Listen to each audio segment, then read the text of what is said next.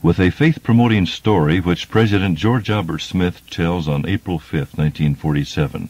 He encourages the brethren to use the priesthood at home.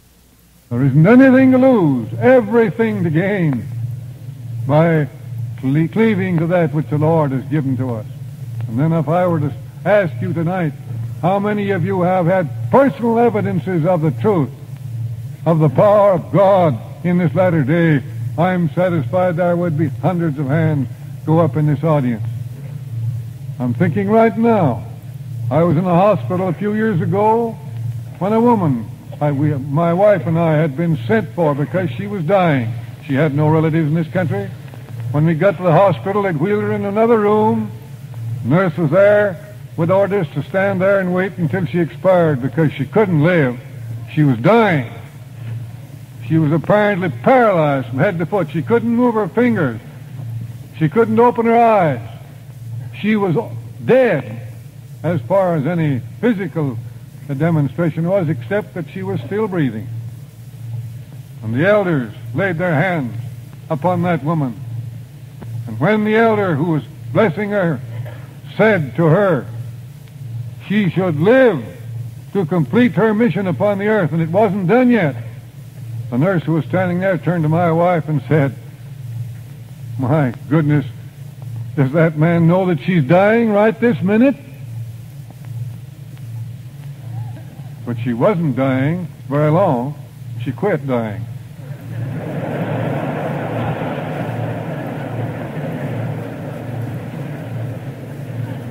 She was giving all her things away because she'd been made to believe she was going to die. And she didn't seem to want to do anything else. 2 or 3 days after that, I went up to the hospital, 2 days as I remember, to see her. She wanted to give me some of her things. I said, "I don't want your things. You need them yourself. Goodness sake, don't give your things away. You're going to need them." Why, she says, "I can't get well." Well, I said, if you could have seen yourself 2 days ago when you couldn't move a finger, couldn't move an eyelash, and here now you're moving them around as well as anybody, and you're putting there ready to get up and go home. Don't talk about dying. The result was, in just a few days, she got out of the hospital, discharged, went back, was able to finish her temple work that had not yet been completed. Then she could pass on. This matter of dying isn't so easy, brethren.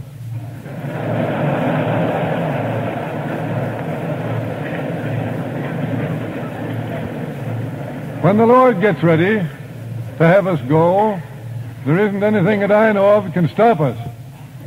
But the other angle is we can't go till He permits us to go. Now, I mentioned that. Haven't you in your own home? I've been in homes where a child becomes sick. That child's asked for the father to come and give it a blessing. The little child has absolute confidence.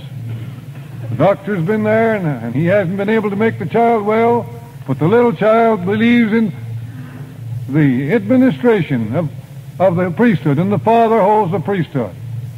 I presume there are dozens of men in this building tonight who, by the authority of the priesthood, have laid their hands upon their loved ones and rebuked disease and witnessed the transformation that has occurred by the gift and power of God. This is no imaginary thing, brethren. And when I think of the comparison of the situation of the Latter-day Saints today as with that of the rest of the world, why, we're so far ahead of them that there's no comparison.